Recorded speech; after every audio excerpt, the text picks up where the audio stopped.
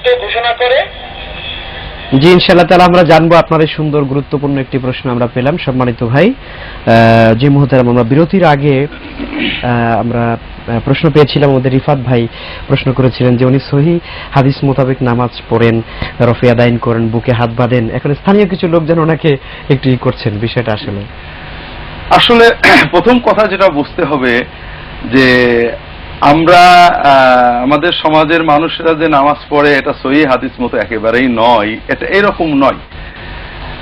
দ্বিতীয় যেটা বুঝতে হবে যে কিছু কিছু বিষয়ে, যেমন ভাই দুটো কথা বলেছেন, বুকে হাত বাঁধেন, আসলে সহিহ বুখারী সহিহ মুসলিমের কোন সহিহ হাদিসে হাতটা কোথায় বাঁধতে হবে বলা নেই। বলা আছে ডান হাতকে বাম হাতের উপরে রাখতে হবে অথবা ডান হাত দিয়ে বাম হাতকে ধরতে হবে।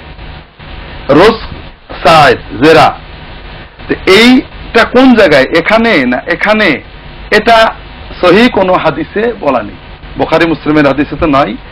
যে হাদিসগুলোতে নাভির নিচে বলা হয়েছে ওই হাদিসগুলো দুর্বল, যে হাদিসগুলোতে বুকের উপর বলা হয়েছে প্রত্যেকটা হাদিস আলাদা আলাদাভাবে প্রত্যেকটা হাদিসই দুর্বল, এককভাবে সহিহ কোনো হাদিস নেই।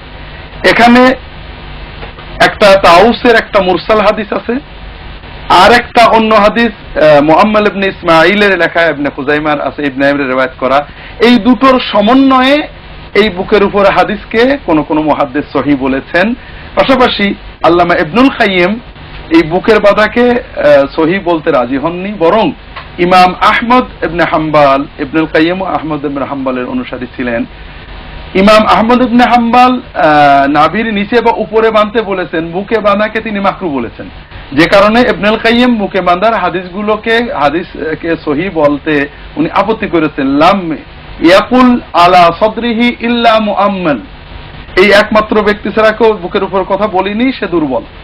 তো যাই হোক ভাইরা, এই ক্ষেত্রে আমরা প্রথমে যেটা বুঝতে হবে যে রাসূলুল্লাহ সাল্লাল্লাহু আলাইহি ওয়াসাল্লাম সহিহ হাদিসগুলোতে ডান হাতের উপরে বাম হাত রাখতে বলেছেন, এটা আমরা এখানে রাখি, ইনশাআল্লাহ সুন্নত আদায় হয়ে যাবে।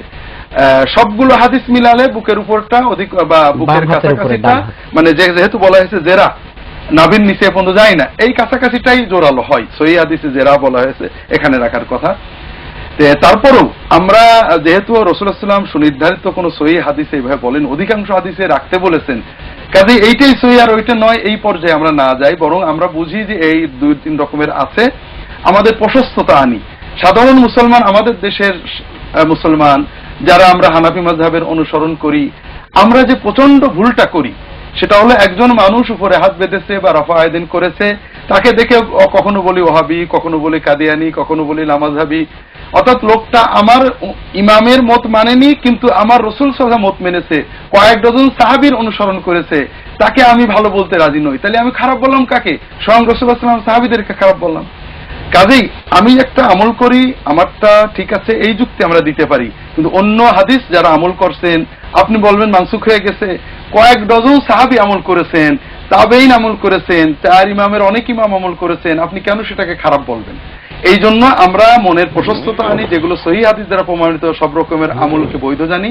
আর ভাইকে বলবো যে এই মুস্তাহাব বিষয়গুলো নিয়ে না আপনি আপনাকে বিপদে ফেলেন।